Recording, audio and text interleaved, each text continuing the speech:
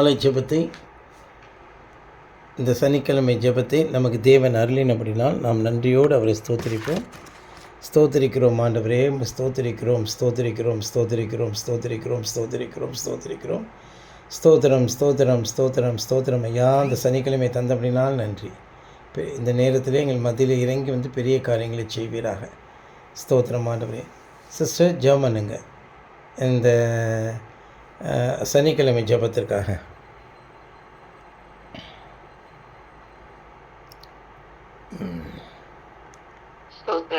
இருக்கிறோம் அருமையான இரவு வேளையிலே இந்த சமூகத்தில் வந்திருக்கிறோம். இந்த முதல் சனிக்கிழமை நாங்கள் கூடி வருகிறது உங்களுக்கு கண்கள் கிடைக்க தயவாகவும் கிருபையாகவும் இரக்கமாகவும் இருக்கிறதையா.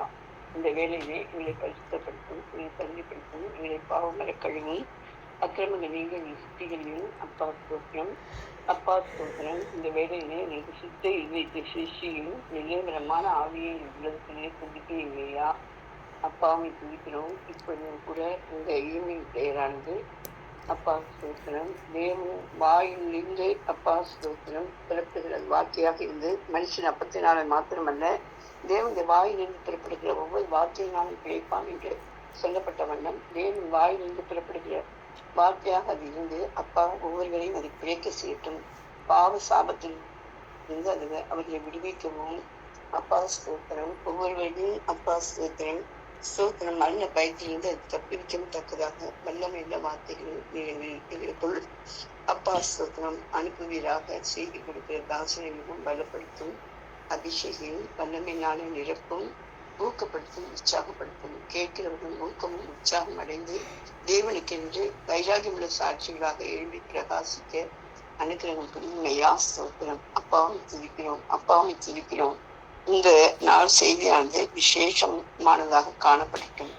இயேசுவின் நாமத்தில் பிதாவே ஆமென். கர்த்தருடைய பரிசுத்த நாமத்துக்கு ஸ்தோத்திரம் உண்டாகட்டும். இன்கால் மெசேஜில் பாட்டு இருக்குது, சேனைகளின் கர்த்தர் நல்லவரேங்கிற இந்த பாட்டு உங்களால் பாட முடியுமா சிஸ்டர்?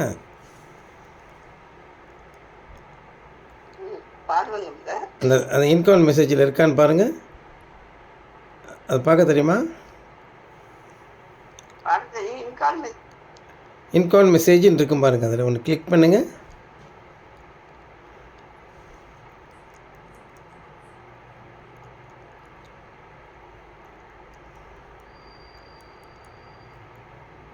இருக்கா?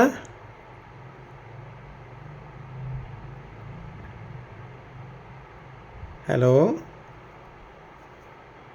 உங்களுடைய மியூட் எடுத்துகிட்டு பேசுங்க. மியூட் எடுத்துடுங்க. கர்த்தருக்கு ஸ்தோத்திரம். மியூட் எடுங்க. மியூட் எடுத்துகிட்டு அந்த இன்கால் மெசேஜ் கிளிக் பண்ணி அந்த பாட்டு வருதா அந்த அதில்? சரி, பாடுங்க. சேனைகளின் கர்த்தர் நல்ல பாடுங்க பாடுங்க பாடுங்க.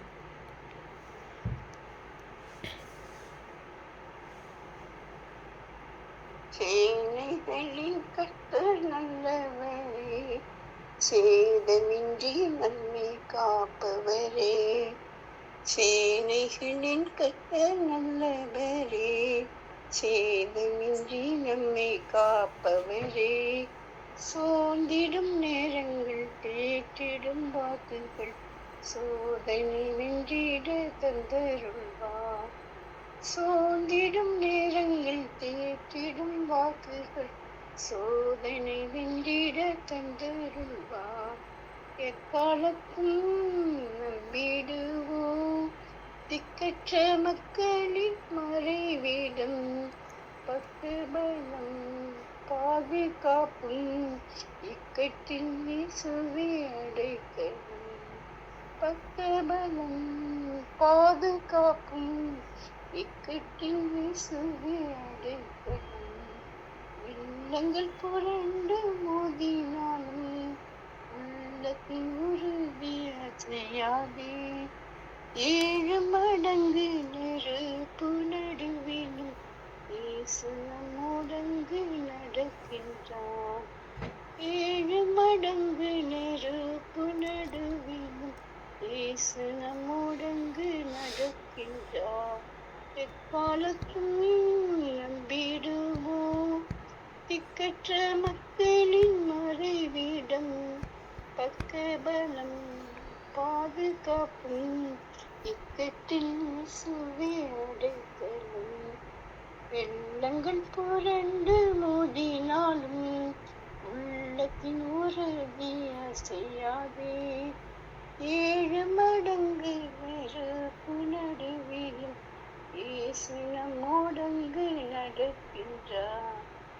7 மடங்கு நெருப்பு நடுவிலும் இயேசு நம்மோடங்கு நடக்கின்றார்.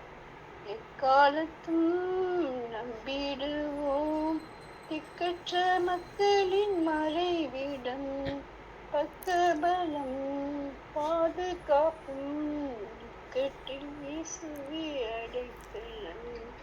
பக்கபலம் பாதுகாப்பும் இக்கட்டில் இயேசுவே அடைக்கலம்.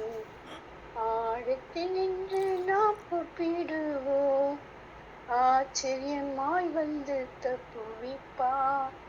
ஆழத்தில் நின்று நாம் கூப்பிடுவோம் ஆச்சரியமாய் வந்து தப்புவிப்பார். கப்பலின் பின்னணி திரை செய்திடும் கர்த்தர் நம்மோடு கவலை. கப்பலின் பின்னணி திரை செய்திடும் கர்த்தர் நம்மோடு கவலை. எக்காலத்தும் நம்பிடுவோம் திக்கற்ற மக்களின் மறைவிடம் பக்கபலம் பாதுகாப்பும் இக்கட்டில் இயேசுவே அடைக்கலம்.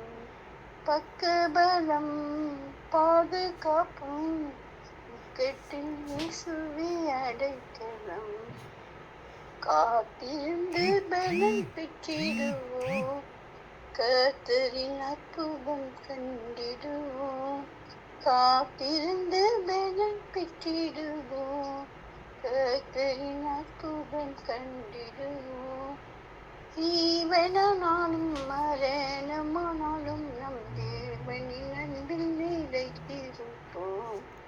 ஜீவனானாலும் மரணமானாலும் நம் தேவனின் அன்பில் நிலைத்திருப்போம்.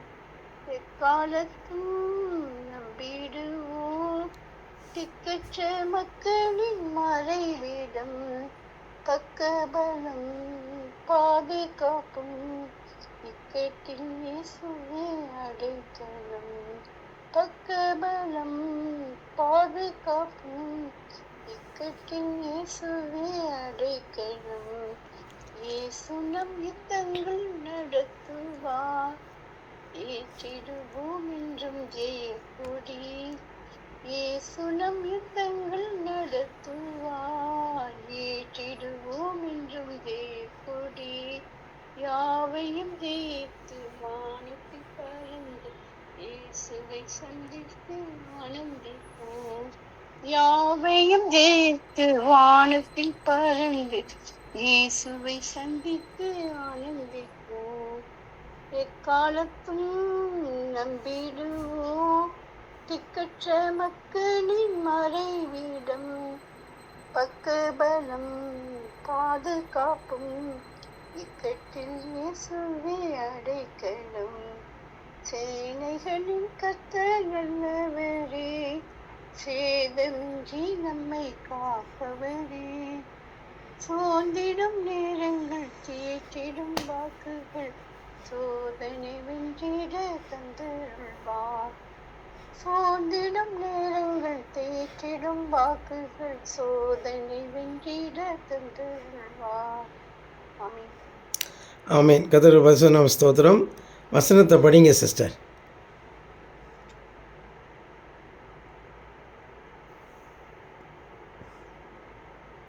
வசனத்தை படிக்கிறீங்களா?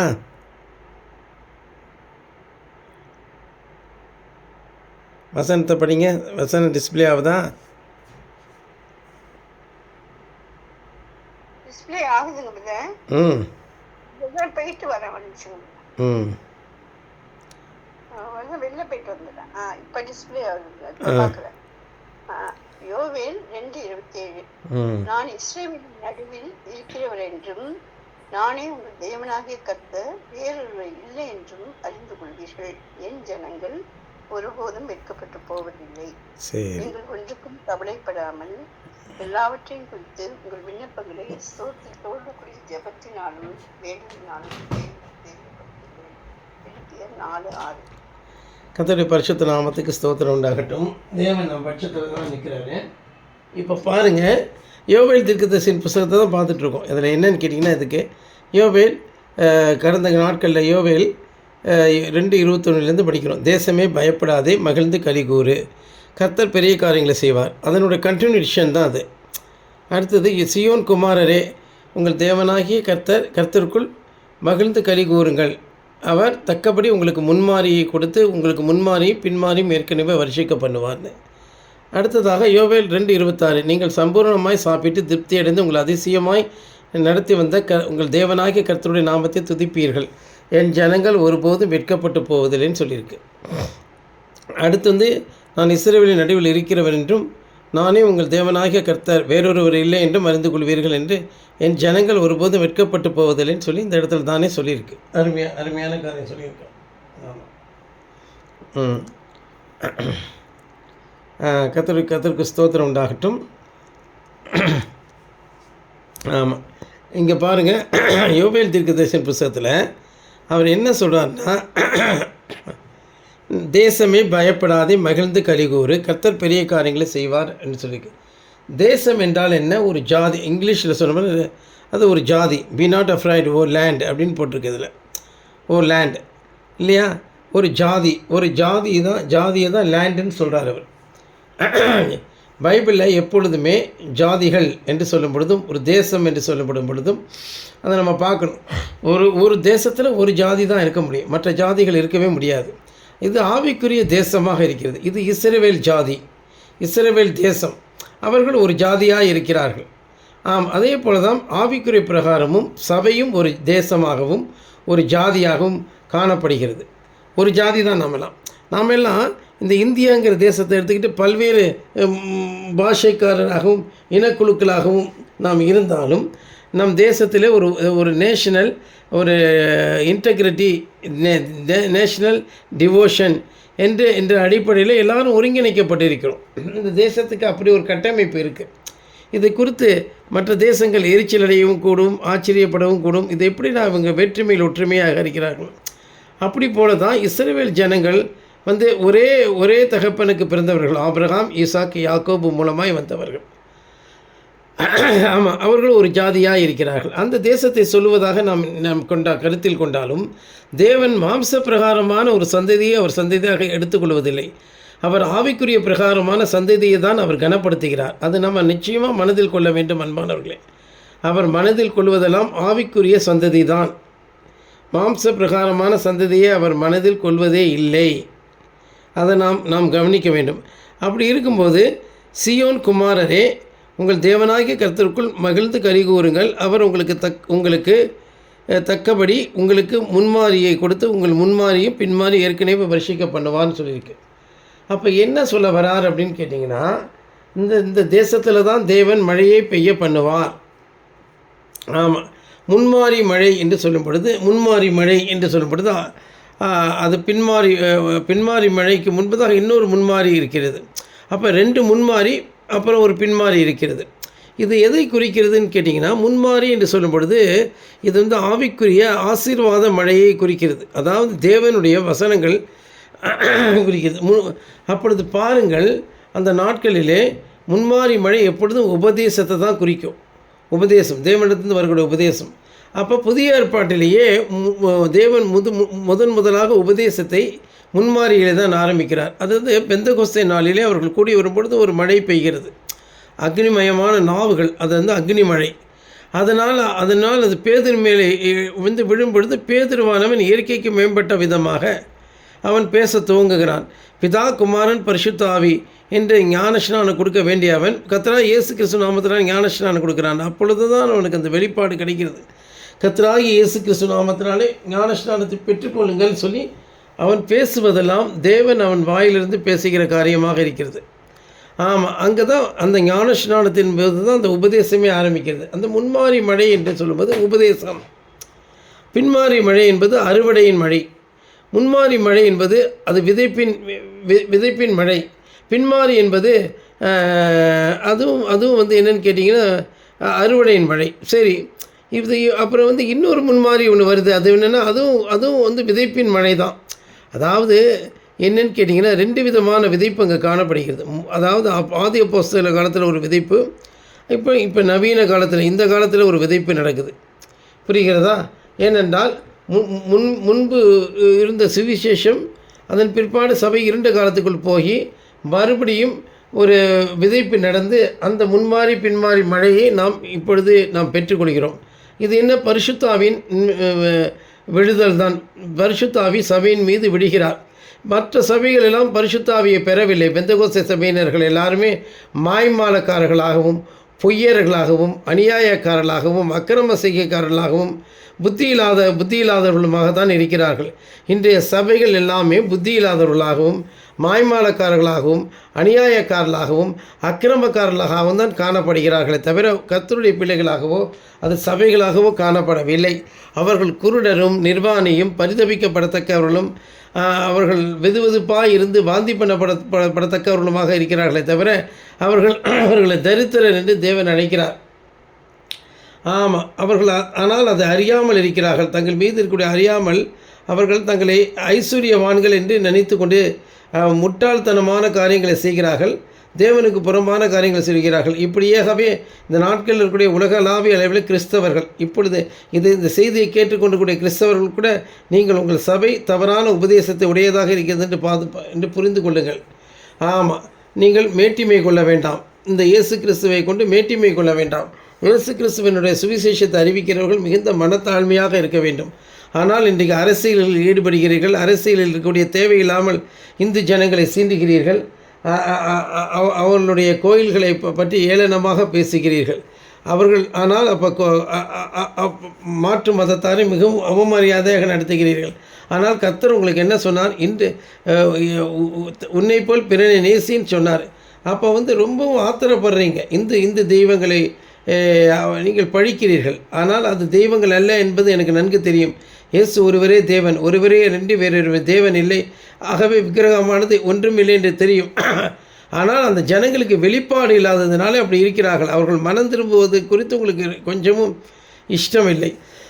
இந்த தினத்தில் நீங்கள் சுவிசேஷத்தை அறிவிக்கிறேன் என்று சொல்லிக்கொண்டு மமதையை போய் அறிவித்து கொண்டிருக்கிறீர்கள். உங்களுடைய சுவிசேஷம் வேறொரு சுவிசேஷமாகவும் வேறொரு இயேசுவாகவும் வேறொரு ஆவியாகவும் இருக்கிறபடிய பட்சத்திலே நீங்கள் இந்த கிறிஸ்து இயேசுவை, பவுல் பிரசங்கித்த கிறிஸ்து இயேசுவை நீங்கள் உரிமை கொண்டாட முடியாது. ஆம் அன்பானவர்களே, உங்களுடைய இயேசு வேறு. ஆகவே இந்த செய்தியை கேட்கிற நீங்கள் ஒருவேளை கோபம் அடையாமல் புத்தி அடைய பாருங்கள். சரி, இப்போ வாங்க இந்த இடத்துல நான் சொன்ன வசனத்தின்படி அப்போ வந்து தேவன் உங்கள் மீது முன்மாறி மழையை அனுப்புகிறார் கடைசி காலத்தில். ஆமாம், பெந்தகோஸ்தையினர் பெற்றுக்கொண்ட ஆவி சரியான ஆவி அல்ல, அது பொல்லாத ஆவி. ஆங்காங்கே பெந்தகோஸ்தை சபை அது போன்ற ஒரு அழுக்கடைந்த கந்தையை உடுத்திய சபை உலகம் எங்கேயும் அந்த சபையை பார்க்க முடியாது. அவர்கள் அதிக இருளிலே இருக்கிறார்கள். இருளிலே அவர்கள் முயற்சி செய்கிறார்கள், அது நடந்து செல்கிறார்கள் தவிர வெளிச்சத்துக்குள்ளாக வர அவங்களுக்கு இஷ்டமில்லை. ஆனால் மெய்யான ஒளி இப்பொழுது பிரகாசிக்கிறது. இருளானது நீங்கி போயிற்று என்பதை அவர்கள் அறியவில்லை. அவர்கள் இன்னும் இருளில் தான் இருக்கிறார்கள். ஆமாம், இந்த தேசத்தின் மீது தேவன் தன் வெளிச்சத்தை கொடுத்திருக்கிறார். இந்த தேசம் அவருடைய சபையே. ஆமாம், கண்ணுக்கு தெரியாத ஒரு சபை. கிறிஸ்துவுக்கும் மனவாட்டிக்கும் கண்ணுக்கு தெரியாத ஒரு இணைப்பு இருக்கிறது. அந்த இணைப்புக்குள்ளாக இருக்கிற ஒரு சிறு கூட்ட ஜனங்கள் தான் அங்கே இருக்கிறார்கள். இதை உங்களால் கண்டுபிடிக்கவே முடியாது. நீங்கள் ஏமாற்றப்பட போகிறீர்கள். எடுத்துக்கொள்ளப்படுதலில் நிச்சயமாக நீங்கள் செல்லவே முடியாது. ஆனால் இந்த ஒரு காலத்திலே நிச்சயமாக எடுத்துக்கொள்ளப்படுதல் நிகழும். அதில் இந்த சபை செல்லும். சரி, அடுத்த வசனத்தை பார்ப்போம். அதுதான் முன்மாறி பின்மாறி மழை என்று சொல்லியிருக்கிறது. அடுத்ததாக என்ன சொல்லியிருக்குன்னு கேட்டிங்கன்னா, நீங்கள் சம்பூர்ணமாய் சாப்பிட்டு திருப்தி அடைந்து உங்களை அதிசயமாய் நடத்தி வந்த உங்கள் தேவனாகிய கர்த்தருடைய நாமத்தை துதிப்பீர்கள், என் ஜனங்கள் ஒரு பொழுது வெட்கப்பட்டு போவதில்லைன்னு சொல்லியிருக்கு.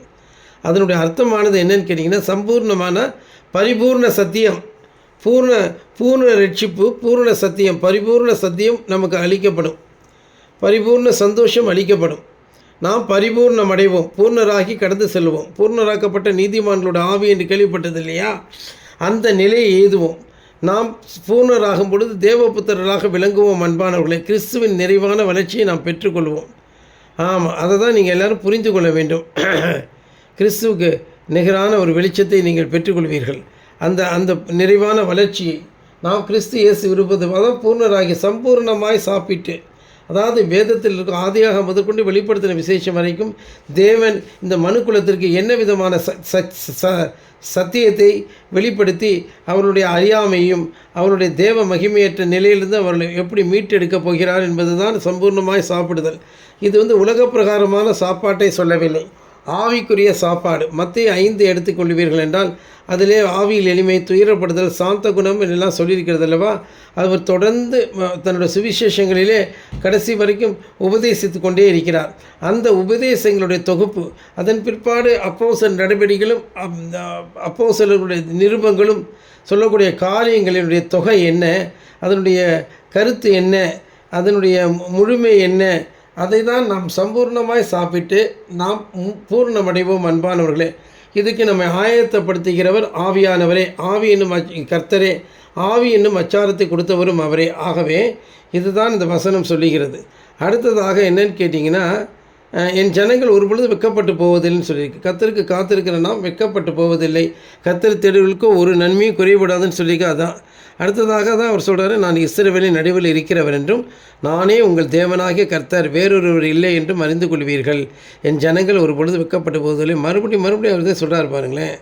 சிங்கக்குட்டிகள் தாழ்ச்சி அடைந்தும் கர்த்தர் தேடுகள் ஒரு நன்மையும் குறைபடாதுன்னு சொல்லியிருக்கு இல்லையா. ஆனால் சிங்கக்குட்டி தாழ்ச்சி அடையும், அது வெட்கப்படும். ஆனால் நாம் வெட்கப்பட மாட்டோம்னு சொல்கிறாரு. ஆகவே அன்பானவர்களே, இஸ்ரவேலின் தேவன், நான் இஸ்ரவேலின் நடுவில் இருக்கிறவர், நம் நடுவில் இருக்கிறார். இஸ்ரவேல்ங்கிற தேசத்துக்கு நடுவில் இருந்தார். இப்போ அவர் இந்த தேவன் பரிசுத்தாவியாய் நமக்குள் இருக்கிறார். நம் நடுவில் அல்ல, நம்முடைய இருதயத்துக்குள் வாசம் பண்ணுகிறார். ஆகவே இந்த இருதயத்திற்குடைய பொல்லாப்பையும் தீங்கையும் அசுத்தத்தையும் மாய்மாலத்தையும் அநியாயத்தையும் நாம் நீக்கி போட வேண்டும். நாம் நீக்கி போட வேண்டும் என்பதை நீங்கள் புரிந்து கொள்ளுங்கள் அன்பானவர்களே. ஆமாம், அதை நீங்கள் நன்கு நீங்கள் அதை புரிந்து கொண்டு நீங்கள் செயல்பட வேண்டும்.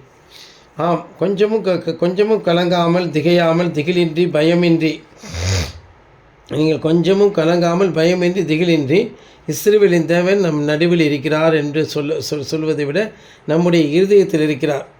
நம்முடைய இருதயம்தான் நம்முடைய நடு, அதுதான் அங்கு இருக்கிறார் என்று எடுத்துக்கொள்ளுங்கள். இஸ்ரவேலுக்கு அப்படி இல்லை, நமக்கு அப்படி இருக்கிறார். கிறிஸ்துவே நம்முடைய இருதயத்தில் வருகிறார்.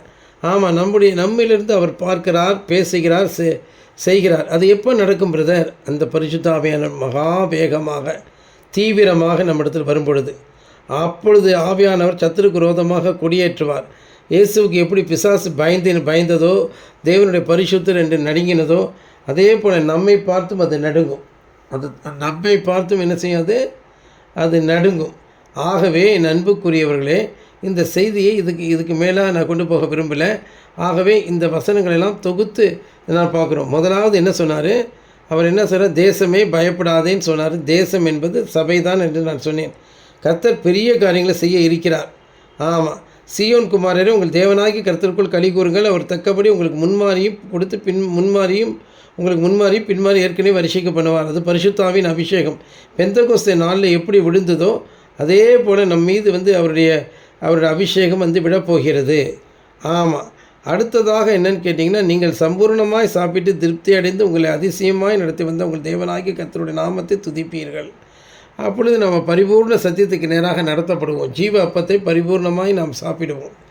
ஆமாம், அதனால் நமக்கு மிகுந்த தெய்வீகமான ஆரோக்கியம் உண்டாகி தெய்வீகமான நிலையில் நாம் பூர்ணராகி கடந்து போவோம். அன்பானவர்களே, நாம் வெட்கப்பட்டு போவதில்லை அவருடைய ஜனமாக இருந்து. அப்புறம் அவர் இஸ்ரவேலின் நடுவில் இருக்கிறவர் என்றும் நானே உங்கள் தேவனாய் கர்த்தர் என்றும் வேறொருவர் இல்லை என்றும் அறிந்து கொள்வீர்கள். என் ஜனங்கள் ஒருபொழுது வெட்கப்பட்டு போவதில்லை. அப்போ தேவன் நடுவிலே மாத்திரமல்ல, நம்முடைய இருதயத்திலே இருக்கிறார். நம்மளே வாசம் பண்ணுகிறார். பணிந்த உன்னதத்தில் இருக்கிற தேவன் உன்னதத்திலே மாத்திரமல்ல, பணிந்தர் உள்ளத்திலும் அவர் வாசம் பண்ணுகிறார் என்று சொல்லியிருக்கிறது. ஆகவே இந்த செய்தியை கேட்கக்கூடிய நீங்கள் மிகுந்த மனமகிழ்ச்சி அடையுங்கள். இந்த வாக்கு தத்துவத்தை உறுதியாக பிடித்து கொண்டு ஜெபிப்போம். இதோ மாதத்தின் கடைசி அதாவது வருஷத்தின் கடைசி மாதத்தில் வந்து நிற்கிறோம். இது முதல் சனிக்கிழமையாக இருக்கிறது. நாளை தினம் ஆராதனை உண்டு. எல்லோரும் ஆராதனைக்கு வந்து சேருங்கள். கர்த்தர் தாமே உங்களை ஆசீர்வதிப்பாராக. சிஸ்டர் ஜெபம் பண்ணுங்க. மறுபடியும் கடைசி ஜெபத்துக்காக நீங்கள் ஜெபிங்க. ஜெபம் பண்ணுங்க. ஸ்தோத்திரம்.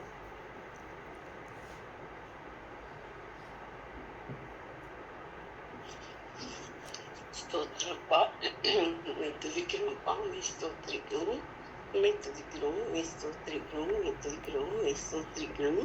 அப்பா, உண்மை துதிக்கிறோம், ஸ்தோத்திரிக்கிறோம், ஸ்தோத்திரிக்கிறோம், ஸ்தோத்திரிக்கிறோம். இப்பொழுதும் இந்த மப்பும் மந்தாரமான காலத்திலே எங்களுக்கு அன்புள்ள வார்த்தைகளை கொடுத்தபடியினால் நாங்கள் மிகவும் நன்றி உள்ளவர்களாக இருக்கிறோம்.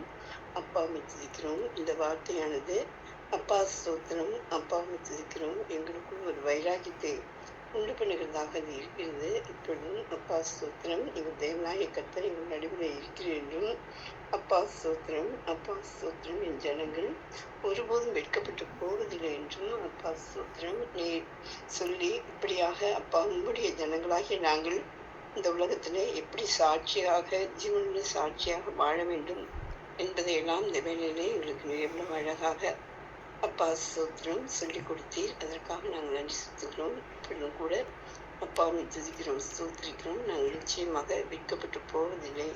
நீர் எங்கள் நடுவிலே இருக்கிறீர், நீரே எங்கள் தேவனாகி கர்த்தர் என்பதை நாங்கள் இந்த நாட்டில் விளங்க பண்ணும்படி எங்களுடைய எல்லா விதமான அப்பா ஸ்தோத்திரம் செயல்களும் செயல்பாடுகளும் அப்படியாக இருக்க அனுகிரகம் புரியும். இந்த செய்தியை கேட்கிற ஒவ்வொருவரும் உங்களுடைய வல்லமை இறங்குவதாக, நீர் ஒவ்வொருவரையும் அபிஷேகிப்பீராக. உங்களுடைய ஆணை பாய்ந்த கரங்களால், ரத்தம் தோய்ந்த கரங்களால் ஒவ்வொருவரையும் தொட்டு நீர் அனலாக்குவீராகப்பா.